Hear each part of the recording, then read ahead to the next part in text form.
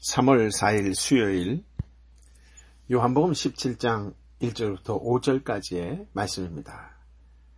예수님은 제자들에게 말씀을 마치신 후에 기도하셨습니다. 그러고 보니 예수님이 잡히시기 전 마지막까지 제자들과 함께 하신 것은 말씀과 기도였습니다. 마지막까지 가르치시고 보여주시고자 하는 메시지가 무엇인지 분명합니다. 지금 이 땅에서 살아가는 것이 어렵고 힘드십니까? 경제적으로 육체의 질병으로 너무 힘든 삶을 살아가고 계십니까? 그렇다면 길은 하나입니다. 주님의 말씀을 믿으십시오. 말씀을 붙잡고 기도하십시오. 주님의 평강이 임하게 될 것입니다. 믿음의 확신을 가지고 따라하십시오. 예수의 이름으로 열릴지어다. 예수의 이름으로 치유될지어다. 예수의 이름으로 회복될지어다. 아멘. 오늘부터 요한복음 17장을 통해 올바른 기도의 모습이 무엇인지 헤아려 보려고 합니다. 요한복음 13장부터 17장은 예수님께서 마가의 다락방에서 제자들과 보낸 마지막 모임에 대한 기록이라고 말씀드렸지요. 예수님은 먼저 제자들의 발을 씻기는 일부터 시작하셨습니다. 그 후 고별 강론을 하셨고 근심과 염려에 사로잡혀 있는 제자들에게 너희가 이 세상에서는 고난을 당할 것이다. 그러나 담대하라. 내가 세상을 이미 이겼다. 라는 말씀으로 결론을 맺으셨습니다. 이제 마지막으로 기도로 최후의 모임을 마치십니다. 17장 전체가 예수님의 기도입니다. 16세기 루터파 신학자인 데이비드 키드라우스라고 하는 사람이 이 기도에 대한 제목을 붙였는데요. 그 제목이 대제사장적인 기도라고 하는 것입니다. 그분이 대제사장적인 기도라는 제목을 붙인 이후 이 제목이 널리 채택되었습니다. 17장의 기도는 크게 세 부분으로 나누어지는데요. 첫째는 1절부터 5절까지의 말씀으로 예수님 자신을 위한 기도입니다. 둘째는 6절부터 19절까지의 말씀으로 제자들을 위한 기도입니다. 셋째는 20절부터 26절까지의 말씀으로 미래의 믿는 자들의 공동체를 위한 기도입니다. 저는 이 세 단락을 좀 더 자세히 설명하고자 하는데 여러분께서 좀 더 집중하여 귀 기울여 경청하여 주시기를 바라겠습니다. 오늘은 먼저 1절부터 5절까지의 말씀으로 예수님 자신을 위한 기도에 대하여 헤아려 보도록 하겠습니다. 1절 말씀인데요. 함께 읽어볼까요? 예수께서 이 말씀을 하시고 눈을 들어 하늘을 우러러 보시며 기도하셨습니다. 아버지여, 때가 됐습니다. 아들이 아버지께 영광을 돌릴 수 있도록 아들을 영광스럽게 하소서. 예수님은 자신을 위해 기도하시면서 아들이 아버지께 영광을 돌릴 수 있도록 아들을 영광스럽게 하소서라고 기도하셨습니다. 비상적으로 보면 이 기도는 오늘날 자기 영광도 구하고 하나님께 영광도 돌리는 사람들의 기도와 매우 비슷합니다. 오늘날 많은 사람들이 자신의 성공과 성취를 통해서 하나님께 영광을 돌리고 싶어 하지 않습니까? 그러나 아들을 영광스럽게 하소서라는 말씀의 뜻을 알게 되면 그 의미가 전혀 다르다는 것을 알게 될 것입니다. 예수님은 영광을 말씀하시기 전에 먼저 때가 됐다라고 말씀하셨습니다. 요한복음에서 예수님은 항상 때에 민감하셨습니다. 2장 4절에서도 7장 6절에서도 8절에서도 30절에서도 또 8장 20절에서도 그러셨죠. 그런데 지금 예수님께서는 내 때가 아직 이르지 않았다라고만 하셨습니다. 그런데 드디어 그 때가 도래했다는 것입니다. 이 때는 예수님께서 십자가의 죽으심으로 구속 역사를 완성하실 때를 의미하지요. 그러므로 아들을 영광스럽게 해달라는 기도는 끝까지 하나님의 뜻에 순종해서 십자가에서 잘 죽을 수 있도록 간구하는 기도입니다. 이제 예수님께서는 십자가에 죽으실 터인데 하나님께서 부활 승천하게 하셔서 구속 역사를 완성하심으로 영광스럽게 해달라는 기도입니다. 예수님은 십자가 없는 영광을 위해 기도하지 않으셨습니다. 오히려 죽기까지 하나님의 뜻에 순종하심을 통해 영광스럽게 되기를 원하셨고 또 하나님께 영광이 돌아가기를 원하셨습니다. 가끔 올림픽에서 우승을 하는 사람들이라든가 또는 어떤 시상식에서 상을 받는 것을 통해 하나님께 영광 돌리는 사람들이 종종 있지요. 그들도 그 승리를 통해 하나님께 영광을 돌릴 수 있도록 기도했을 것입니다. 그리고 그 영광을 위해 많은 수고와 고난을 감내했을 것입니다. 소위 no cross, no crown이죠. 그런데 예수님께서 지신 십자가는 단순히 그런 형태의 고난과 수고가 아닙니다. 당시 십자가에 달린다라고 하는 것은 너무 끔찍해서 상상하기조차 싫은 일이었어요. 로마인들은 십자가라는 말조차 듣기 싫어했고 그림자조차 보기 싫어했습니다. 예수님도 할 수만 있다면 그 고난의 잔을 피하고 싶었기 때문에 겟세마네 동산에서 핏방울이 정말 땀방울이 핏방울이 되도록 기도하시지 않았나요? 그렇습니다. 예수님께서도 땀방울이 핏방울이 되도록 기도하셨습니다. 그런데 저는 여기서 한 가지 깊이 생각하고 조금 의아했던 것이 있습니다. 예수님께서 십자가를 앞두고 피땀을 흘리며 기도하신 그 모습이 좀 의아했습니다. 왜냐하면 이런 생각이 있었던 것 같습니다. 예를 들어서 소크라테스는 처연한 자세로 독배를 마셨는데 왜 예수님은 그처럼 떠셨을까라고 하는 부분입니다. 또 제자들에게는 담대하라 라고 말씀하신 예수님께서 왜 그리 피맺힌 기도를 하셔야 했을까라고 하는 부분이요. 교회사에서 나타난 수많은 순교자들이 하나님을 찬송하며 죽음을 맞이하잖아요. 그런데 왜 우리 주님은 그렇게 하지 못하셨을까라고 하는 점입니다. 그것은 단지 십자가 사형이 다른 죽음보다 더 육체적 고통을 주기 때문이 아니었습니다. 근본 하나님이신 예수님께서 피조물하게 받는 모욕과 조롱과 멸시가 심각한 정신적 고통을 유발했기 때문도 아니었습니다. 예수님께서 지신 십자가의 진정한 고통은 모든 인류의 죄를 대신 짊어지셨다는 데 있습니다. 예수님은 십자가에서 인류에게 부어질 모든 저주를 한 몸에 담당하셨어요.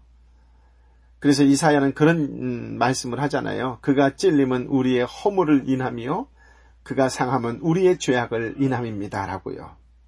하나님은 창세 이후 지금까지 간과해 두셨던 모든 진노를 예수님께 쏟아 부으셨습니다.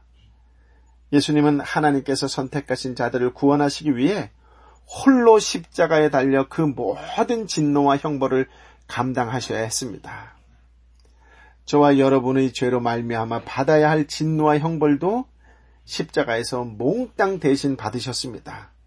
이로 인하여 우리가 평화를 누리고 나음을 입었습니다.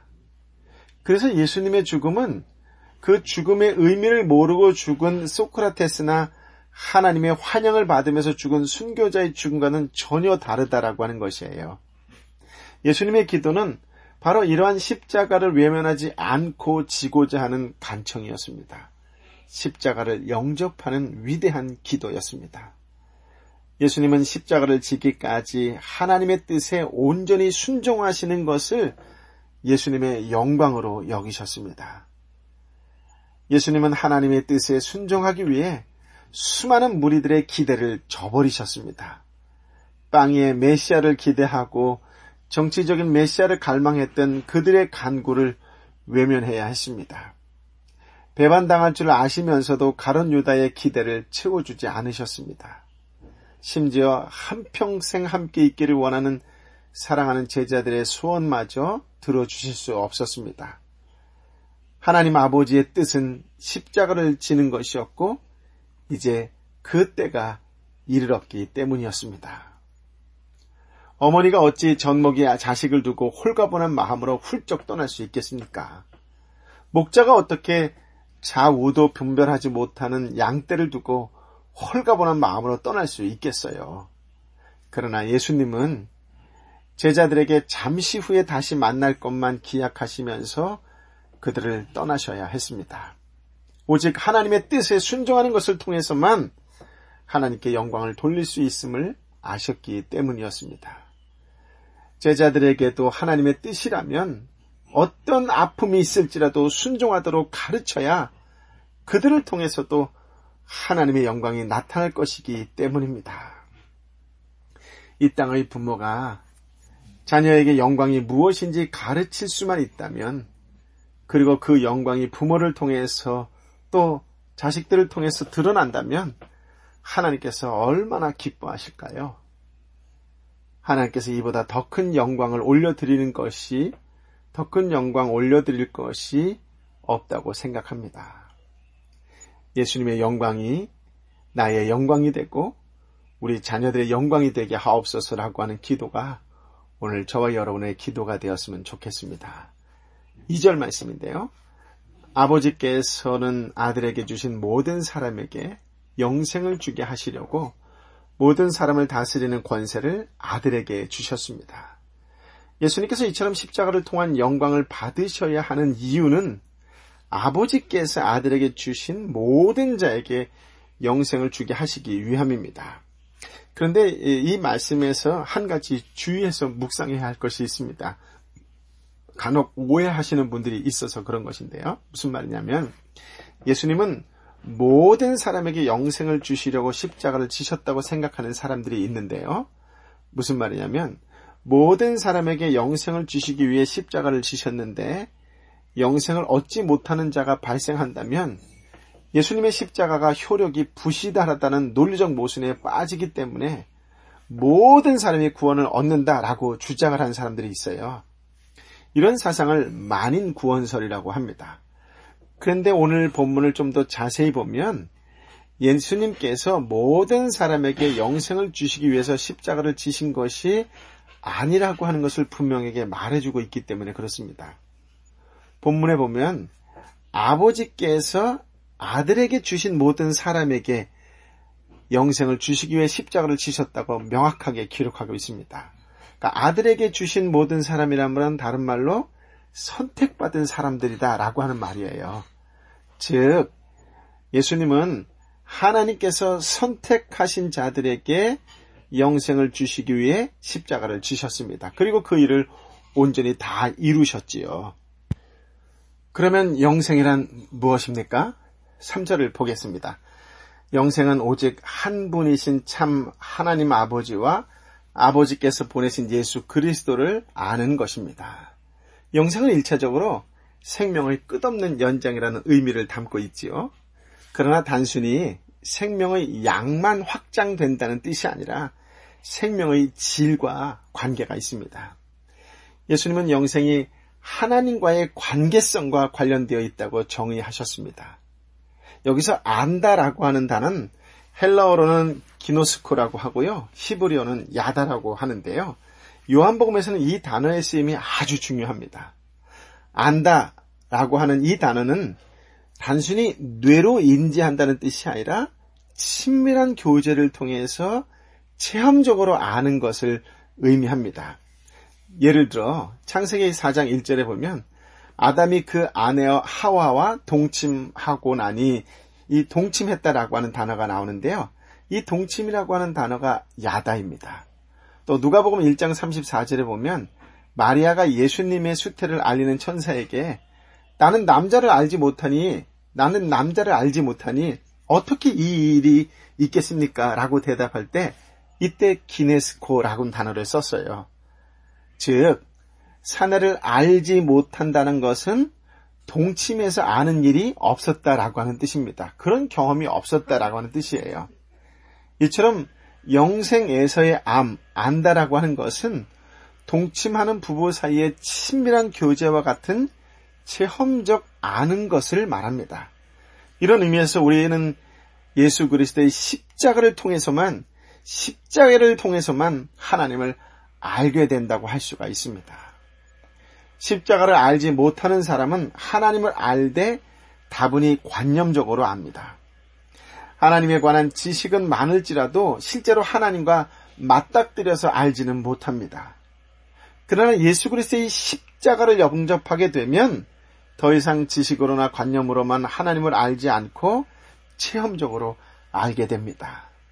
하나님의 사랑, 하나님의 은혜라는 것이 이론이 아니라 실제임을 알게 됩니다.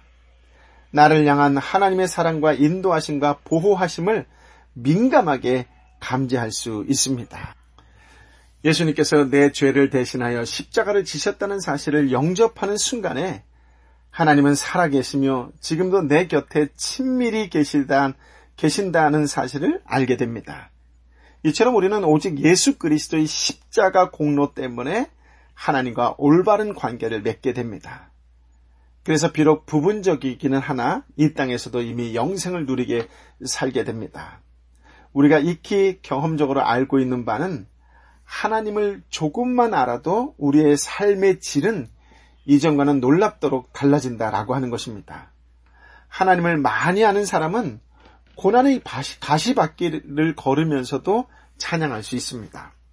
억울한 일을 당해도 조건 없이 용서할 수 있고 슬픈 일을 당해도 기뻐할 수 있습니다. 아픔 속에서도 감사할 수 있습니다. 같은 고난의 상황 속에 있을지라도 하나님을 아는 정도에 따라 그 사람이 누리는 생명의 질은 큰 차이가 있습니다. 이처럼 예수 그리스도를 영접한 사람은 이 땅에서 질 높은 영생의 삶을 살다가 천국이 완성될 때에 더욱 온전히 하나님을 알게 될 것입니다. 영원히 하나님과 함께하면서 영원히 하나님을 알아갈 것입니다. 이 땅에서는 죄로 말미암아 하나님을 알아가는 것이 더디지만 그날에는 엄청난 속도로 알아갈 것입니다. 조금만 하나님을 알아도 삶의 질이 확연히 달라지는데 엄청난 속도로 하나님을 알아가게 될 그날에 누리게 될 삶의 질은 얼마나 풍성하겠습니까? 우리를 선택하시고 예수 그리스도를 통해 계시하신 하나님을 알게 하신 것에 감사드릴 뿐입니다. 그래서 오늘 우리는 어떤 상황과 환경에서도 감사할 수 있는 것이지요. 4절 5절 말씀인데요. 함께 읽어볼까요? 나는 아버지께 맡겨주신 일을 다 완성해 이 땅에서 아버지께 영광을 돌려드렸습니다. 아버지여, 창세전에 내가 아버지와 함께 누렸던 그 영광으로 이제 아버지 앞에 나를 영광스럽게 하소서. 예수님 지금까지 철저히 하나님의 영광을 위해 살아오셨습니다. 이제는 하나님의 영광을 위해 죽고자 기도하셨습니다. 예수님의 관심은 살든지 죽든지 오직 하나님을 영광스럽게 하는 데 있었습니다. 죽음의 순간이 임박했으나 그것에는 그다지 그렇게 큰 관심은 변하지 않았습니다. 하나님께서는 예수님에게 하늘과 땅의 모든 권세를 주셔서 영광스럽게 하셨습니다. 사무엘상 2장 30절에 보면 하나님께서는 나를 존중하는 사람들은 내가 존중할 것이고 나를 멸시하는 사람은 나도 멸시할 것이다 라고 하셨습니다. 고린도전서 10장 31절에도 보면 먹든지 마시든지 무엇이든지 하나님의 영광을 위하여 라고 하는 말씀이 나오지요. 그렇습니다. 신실한 그리스도인이라면 먹든지 마시든지 무엇을 하든지 하나님의 영광을 위하여 살아가야 될 줄 믿습니다. 이 놀라운 축복이 오늘 저와 여러분에게 임하게 되기를 예수님의 이름으로 축복합니다. 아멘. 아버지 하나님, 예수님의 기도를 보게 하여 주시니 감사합니다. 듣게 하여 주시니 감사합니다. 주님처럼 우리도 하나님의 영광을 구하는 기도의 사람이 되게 하여 주옵소서. 고난마저 영광스러운 것으로 받아들이게 하여 하나님의 뜻에 끊임없이 순종하는 하나님의 사람이 되게 하여 주옵소서. 어느 곳 어느 자리에 있든지 간에 한 영혼의 회복을 위하여 끝까지 기도하는 중보자가 되게 하여 주옵소서. 주님, 이 땅의 교회를 불쌍히 여겨 주옵소서. 이제는 길이여 진리여 생명 되신 우리 주님 예수 그리스도의 은혜와 아버지 하나님의 크고도 놀라우신 사랑과 성령 하나님의 위로 역사 교통 충만하심이 어떤 상황과 환경 속에서도 오직 하나님께 영광을 돌리는 자로 살겠습니다라고 다시 한번 고백하는 하나님의 사람들 한 사람 한 사람 머리 위에 저들이 눈물로 기도하는 교회와 가정과 공동체와 직장과 특별히 아프고 힘들고 지쳐있는 내 사랑하는 형제와 자매와 경제적으로 너무나 어렵고 힘들어 지쳐있는 내 사랑하는 자매와 형제 가운데에 이 땅과 열방의 선교사님 가운데에 영원토록 함께하여 주옵기를 간절히 축원하옵나이다. 아멘.